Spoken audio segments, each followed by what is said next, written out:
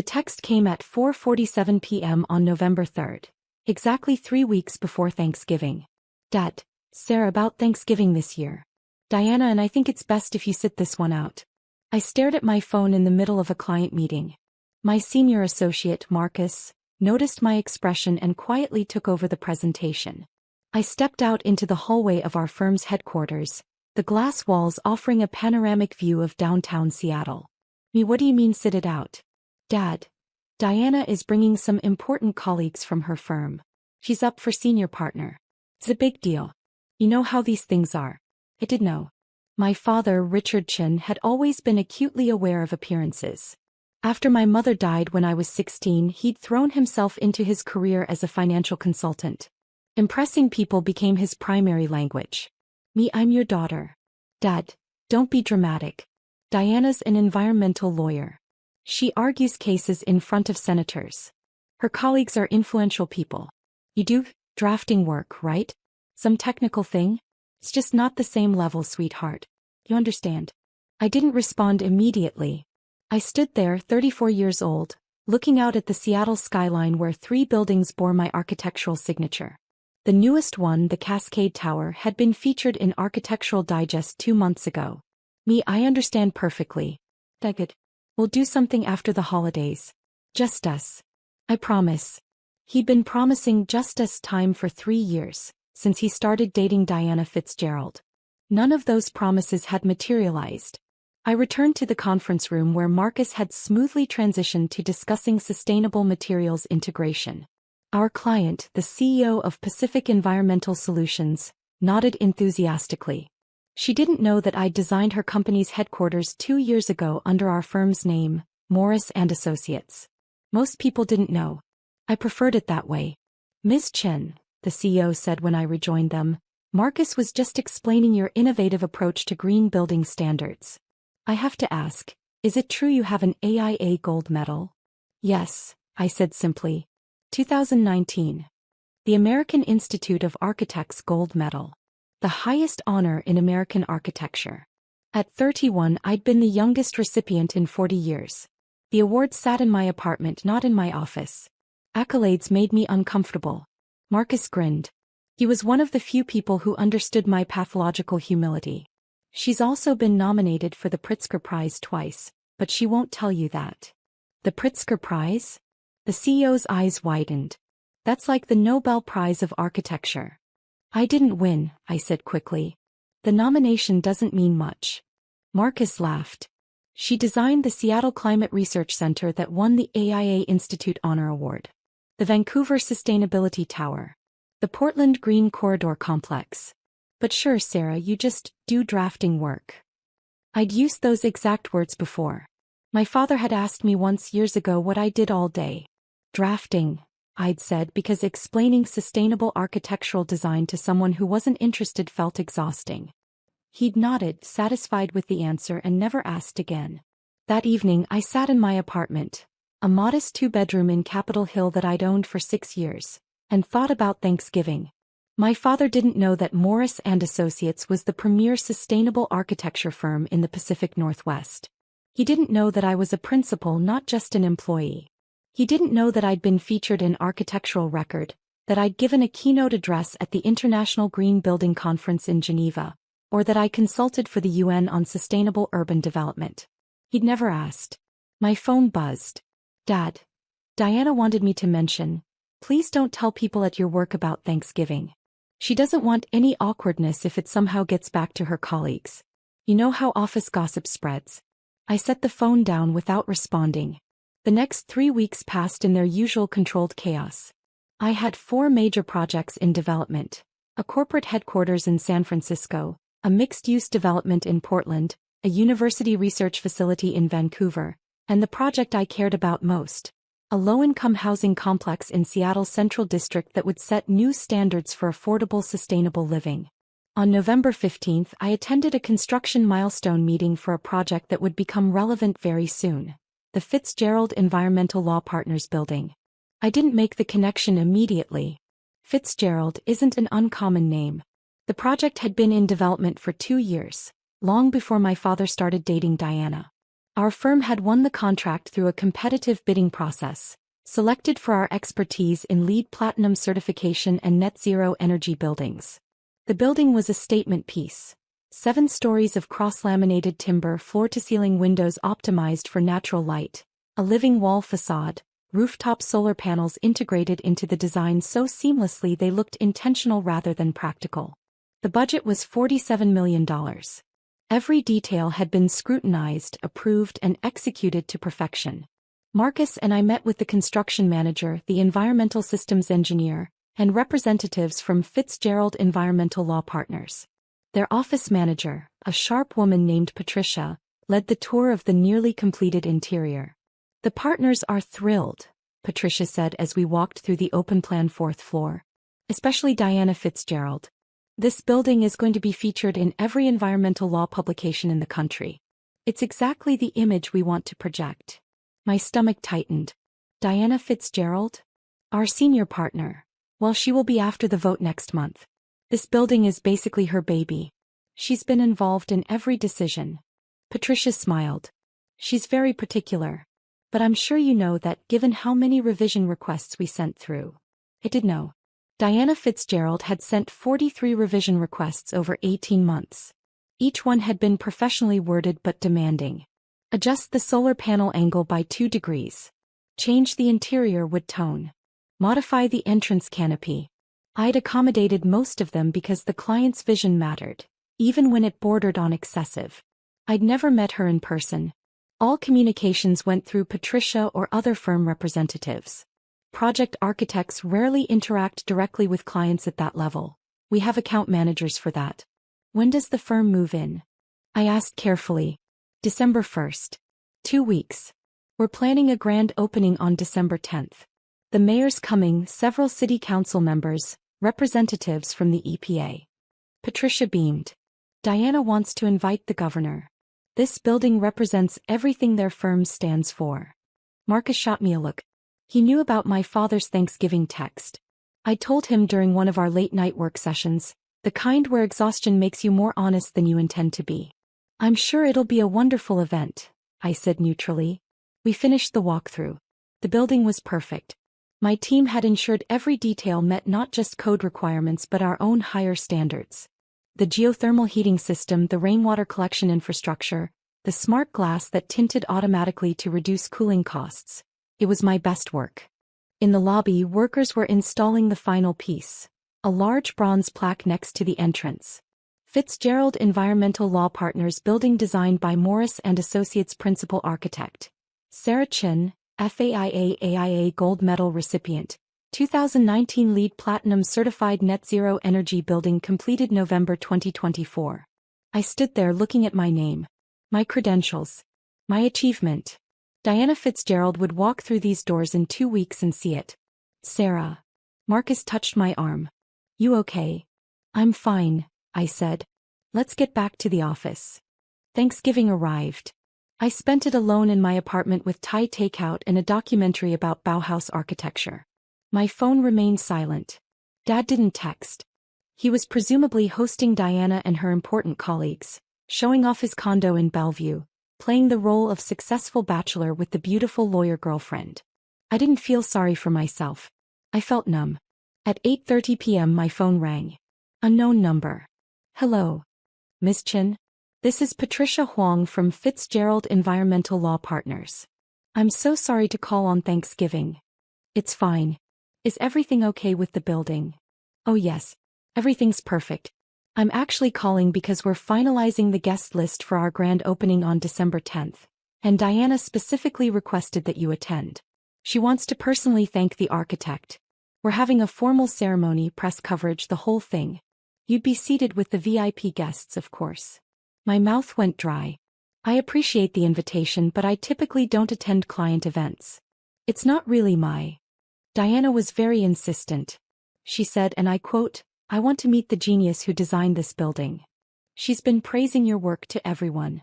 Please say you'll come." Thought about my father. About Thanksgiving dinner happening right now, probably winding down, Diana charming her colleagues, Dad playing the proud supportive boyfriend. "I'll be there," I said. December 1st came faster than expected. The Fitzgerald firm officially moved into their new building. I monitored the transition remotely. Our firm always tracked the first weeks of occupancy to catch any issues early. Everything functioned flawlessly. The smart building systems reported optimal energy usage. The air quality sensors showed perfect readings.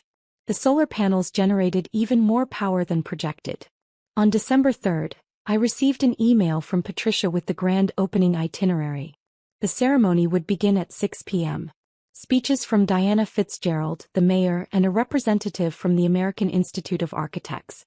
Then a reception on the 4th floor with catering by one of Seattle's premier sustainable food companies. At the bottom of the email, dress code, business formal. This is a significant event for our firm's reputation. I owned exactly 2 formal business outfits. Architecture isn't a field that requires much formal wear. We're usually in hard hats and work boots at construction sites or casual wear at the office. I'd need to go shopping. Marcus insisted on coming with me. You're going to show up looking like the absolute professional you are, he declared, steering me into a boutique in downtown Seattle. None of this, I'll just wear the black pantsuit I bought in 2018 nonsense. I ended up with a tailored navy dress and blazer, expensive but understated. Professional. The kind of outfit that said, I belong here without screaming for attention. On December 9th, the day before the event, Dad texted. Dad, Diana's firm is having a big grand opening tomorrow for their new building. Very fancy event. Governor might be there. She's nervous but excited. I stared at the message for a full minute. Me, that's nice. Dad, she's worked so hard for this senior partnership. This building is going to seal the deal. Some kind of environmental showcase. Very impressive. Me, I'm sure it is. Dad, anyway, just wanted to share. Hope work is going well for you. We should really get lunch sometime soon. I didn't respond. That night I barely slept. I kept imagining different scenarios. Diana seeing my name on the plaque and not making the connection.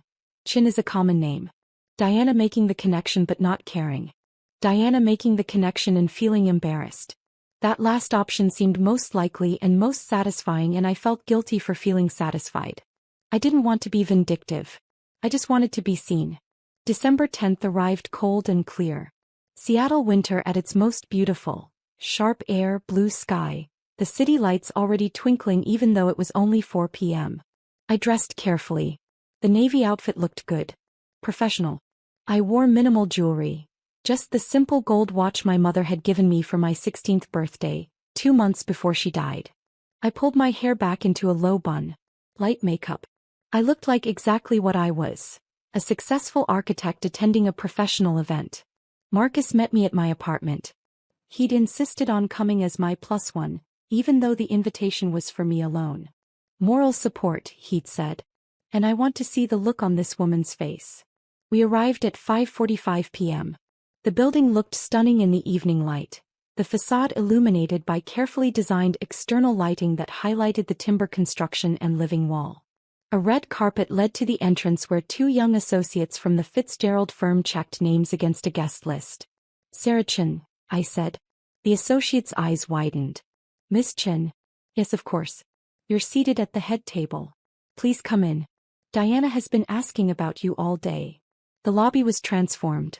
The harsh construction lighting had been replaced with warm ambient light. The polished concrete floors gleamed. White-clothed cocktail tables dotted the space, already filling with guests in formal attire. I recognized the mayor talking with a city council member. Several faces from the Seattle architecture community. Press photographers moving through the crowd. And there, near the center of the lobby, stood my father and Diana Fitzgerald. Diana was tall, mid-40s, with perfectly highlighted blonde hair and the kind of polished appearance that came from years of courtroom presentations. She wore a deep green dress that probably cost more than my entire outfit. She laughed at something the mayor said, touching his arm lightly, the perfect political gesture. My father stood beside her, beaming. He wore a suit I'd never seen before. Expensive, perfectly tailored. He looked proud. Happy. He hadn't seen me yet. Marcus touched my elbow. You want to get a drink first? Yeah. We moved to the bar set up along the side wall. I ordered a gin and tonic, though I had no intention of drinking much. I needed to stay sharp. Sarah Chin. I turned. A woman in her 50s approached, smiling warmly. I recognized her immediately. Judith Morrison, president of the AIA Seattle chapter. Judith. It's good to see you. I should have known you designed this building. It has your fingerprints all over it. The integration of function and beauty, the absolute commitment to sustainability without sacrificing aesthetics. She gestured around the lobby. This is going to win awards. You know that, right? The team did excellent work. The team you led. Judith smiled knowingly. I'm presenting you with the AIA Seattle Medal of Honor in February. Consider this your advance notice. Please don't try to decline. Before I could respond, Patricia appeared at my elbow. Miss Chin. Diana is ready to meet you. Would you mind coming over? We're starting the formal program in 10 minutes. My heart rate picked up. Marcus gave me an encouraging nod. I followed Patricia through the crowd. As we approached, I saw my father notice Patricia first, then shift his attention to me. His expression went from polite interest to confusion to shock in about 3 seconds. Sarah, he said. What are you doing here? Diana turned, her professional smile in place. Richard, you know Miss Chin? This is my daughter, Dad said, still looking confused. Sarah, what? Your daughter. Diana's smile faltered slightly. I don't understand. Miss Chin is the architect who designed our building. The silence that followed lasted maybe 3 seconds but felt like an hour. Diana looked at me. Really looked at me. Then at the bronze plaque on the wall 10 feet away. Then back at me. You're Sarah Chin, she said slowly. The Sarah Chin. Principal architect at Morris & Associates. AIA Gold Medal recipient. Yes, I said simply. My father's face had gone pale. You designed this building? I led the design team, yes. Diana's expression cycled through several emotions rapidly. Confusion, realization, embarrassment, horror. But Richard said you worked in drafting. He said it was technical work. Administrative. I do drafting, I said. That's part of architecture. Among other things. The mayor chose that moment to join our group. Diana, wonderful event. And you must be Sarah Chin. I've been looking forward to meeting you.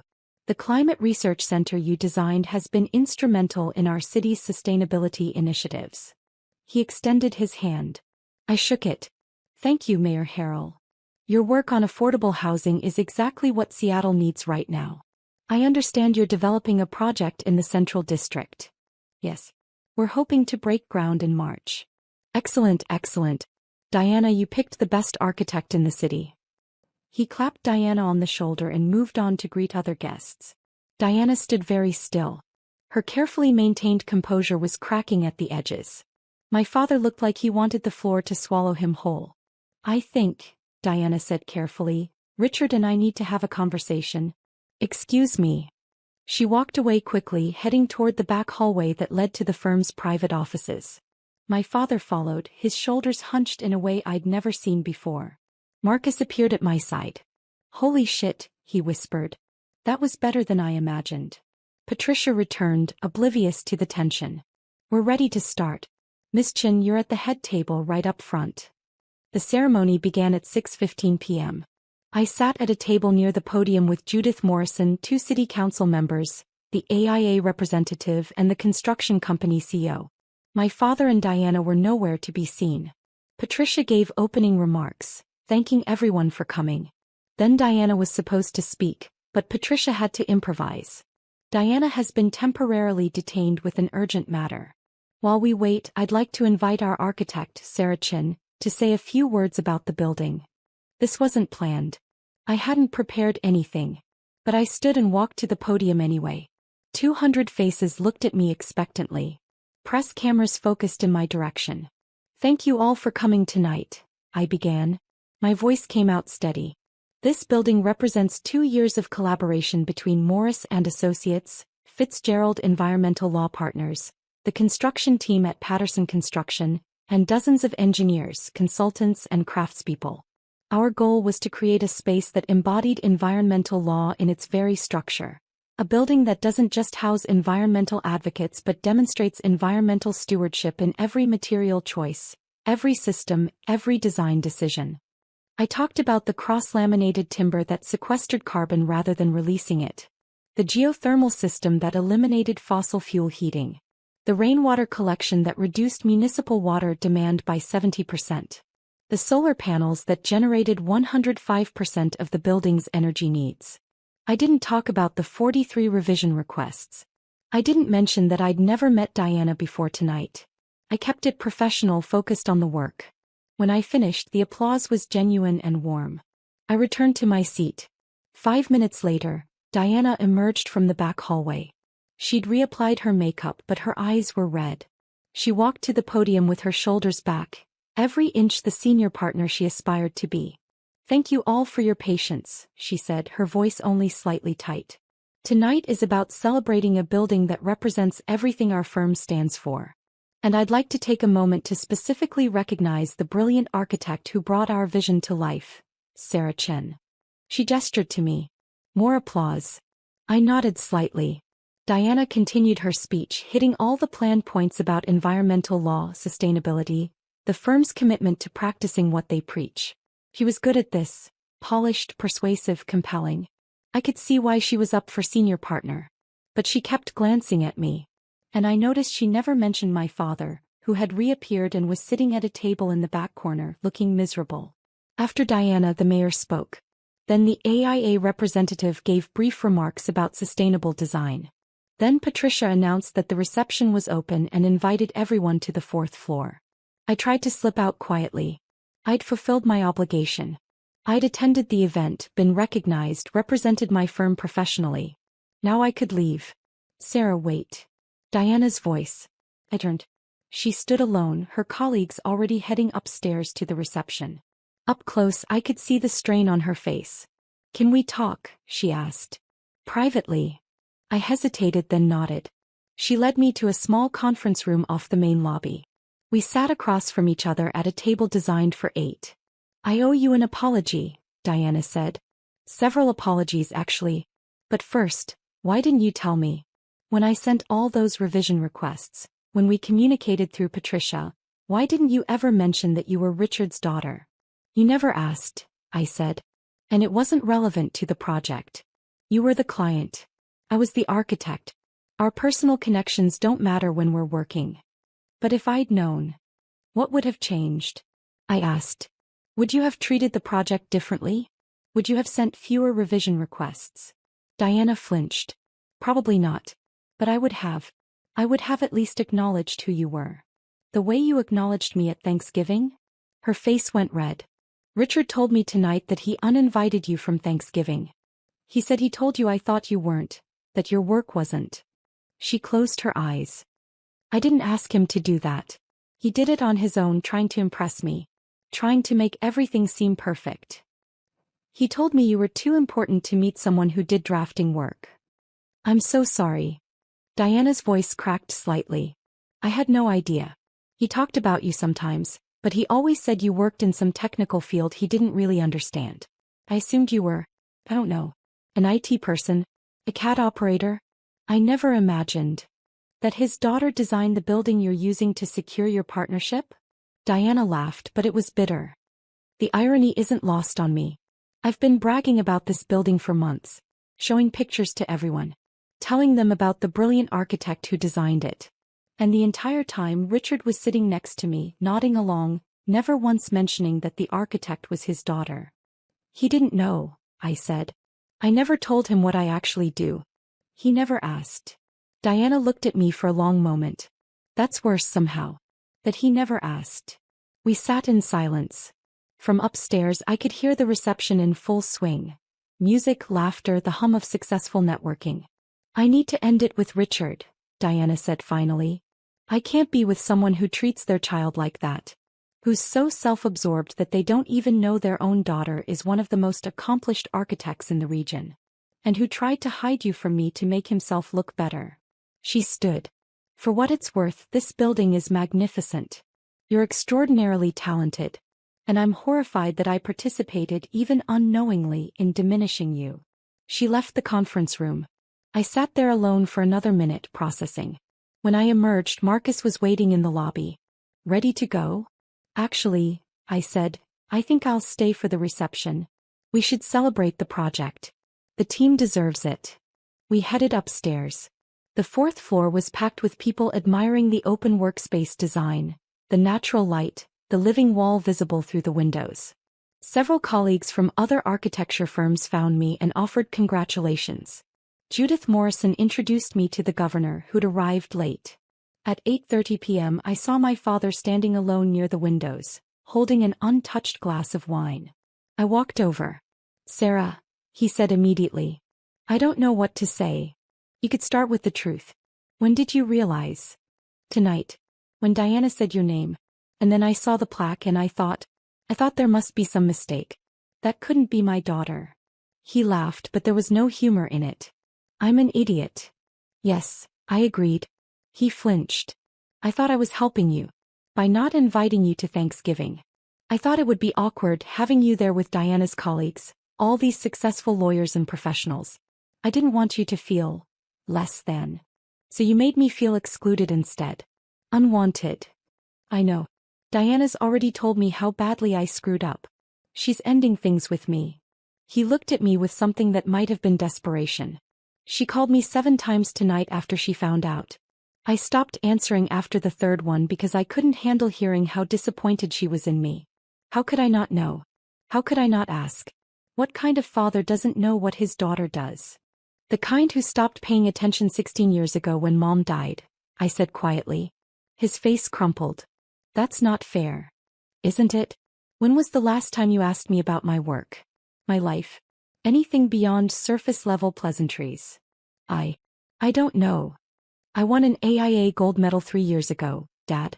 The highest honor in American architecture. I was the youngest recipient in 40 years. I gave an acceptance speech in front of 800 people. You weren't there. You didn't even know about it. You didn't invite me. I sent you an invitation. You said you were busy with a client conference in Phoenix. You said you'd take me to dinner to celebrate when you got back. We never went to dinner." He stood there silent because there was nothing he could say to that. "I designed 3 of the buildings you can see from your condo in Bellevue," I continued. "I've been featured in Architectural Digest, Architectural Record, Dwell magazine. I consult for the United Nations. I have a waiting list of clients 2 years long. And you thought I did drafting." "I'm sorry," he whispered. "I know you are. But sorry doesn't fix 16 years of not seeing me." I walked away. Marcus met me near the elevator. "You okay?" he asked. "Yeah," I said. "I really am." The story broke in the Seattle Architecture Press the next day. Not about my father. That was private. But about the Fitzgerald Building, the young female architect, the innovative sustainable design. The Seattle Times ran a feature. The architecture blogs picked it up. By the end of the week, I'd received interview requests from 6 national publications. Diana Fitzgerald sent me a formal email thanking me for my work and requesting permission to use images of the building in the firm's marketing materials. She included a personal note at the bottom. "I ended things with Richard. He needs to figure out how to be a better father before he tries to be anyone's partner. I hope someday you can forgive him. More importantly, I hope you continue to create buildings that make the world better. You're exceptional." My father called me 4 times in the following week. I didn't answer. On the 5th call I did. "Sarah," he said. "I've been doing a lot of thinking." "Good. I want to start over. Not erase what happened, I know I can't do that. But start building something new. If you'll let me." "What does that look like?" I asked. "I don't know yet. Maybe you could tell me about your work. Really tell me.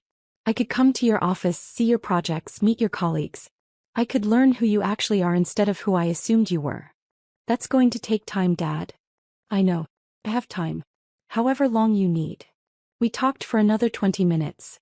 It was awkward, halting, filled with long pauses. But it was a start. 3 weeks later he came to my office. Marcus gave him a comprehensive tour while I was at a site visit. When I returned, Dad was sitting in our conference room looking at the wall where we displayed images of completed projects. "You built all of these?" he asked. "Led the teams that built them, yes." He stood, walked closer to the images. The Climate Research Center. The Vancouver Sustainability Tower. The Fitzgerald Building. The Affordable Housing Project renderings. "Your mother would be so proud," he said, his voice thick. "I know," I said. "I wish she could see them." She always said you saw the world differently than everyone else. That you could look at empty space and see possibility. He turned to me. I should have paid attention. I should have looked. You're looking now. It wasn't forgiveness. Not yet. But it was something.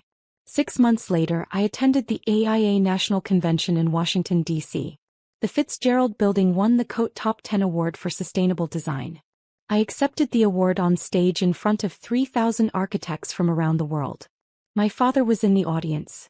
I'd sent him an invitation and this time he came. After the ceremony, he found me in the crowd. "I'm proud of you," he said. "I should have said that years ago. I'm saying it now." "Thank you," I said. Diana was right to end things with me. I wasn't worthy of her. And I wasn't worthy of being your father. He paused. "I'm trying to be better. I'm trying to be someone who deserves to be in your life." "You're my father," I said. "You're already in my life. The question is what kind of relationship we build from here. I'll take whatever you're willing to give me." We had lunch the next day. And the week after that. And slowly, carefully we started building something new. Not the relationship we'd had before Mom died. That was gone and we both knew it. But something different. Something based on seeing each other clearly. He started reading about architecture. He asked questions about my projects. He came to the groundbreaking ceremony for the affordable housing complex. He met Marcus and the rest of my team. He learned the language of my world because he wanted to understand it, not because he had to impress anyone. It was hard work. Some days I was still angry. Some days he said the wrong thing. But we kept showing up. A year after the Fitzgerald Building grand opening, Diana reached out. She'd made senior partner. She wanted to commission Morris and Associates for an expansion project. A second building to house the firm's growing environmental justice division. "I'd like you to lead the design," she wrote. "If you're comfortable working with me again." I was.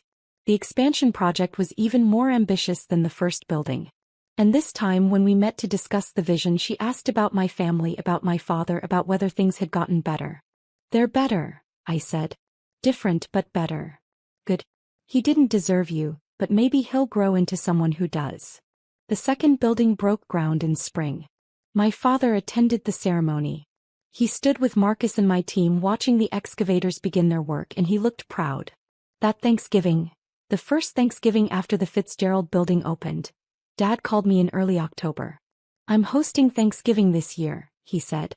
"Just us. I'm cooking. And I'm probably going to ruin the turkey, but I'm trying. Will you come?" "What about Diana?" I asked. "She moved to Portland. Took a position with a firm there. We're friendly but we're not together. This is about us, Sarah. You and me." I thought about it for a long time. "Okay," I said finally. "I'll come." Thanksgiving came.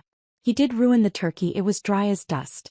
But the mashed potatoes were good, and the pie was from a bakery neither of us had the skill to attempt. We sat at his dining table, the Bellevue skyline visible through the windows, and we talked. Really talked. He asked about my current projects. I told him about the affordable housing complex, about the challenges of designing sustainable buildings on a limited budget, about the community meetings where residents shared what they needed in their homes. He listened. He asked questions. He saw me. "I missed so much," he said as we cleaned up. 16 years of your life. Your achievements. Your struggles. All of it. You can't get it back," I said. "But you can be here now." "I'm here," he said. "I'm not going anywhere." We stood at his sink washing dishes together, and I realized this was what I'd wanted all along. Not grand gestures or dramatic apologies. Just this. Someone paying attention. Someone seeing who I actually was. The Fitzgerald Building stood downtown, its bronze plaque catching the city lights. My name. My achievement. My proof that I existed in the world as something more than someone's overlooked daughter. But here in my father's kitchen washing dishes and making awkward conversation, I found something the plaque couldn't give me. The beginning of being seen by someone who should have been looking all along. It wasn't a fairy tale ending. We still had years of work ahead of us, years of learning how to be family again. But it was a foundation. And as an architect, I understood the importance of a solid foundation. Everything else we could build from there.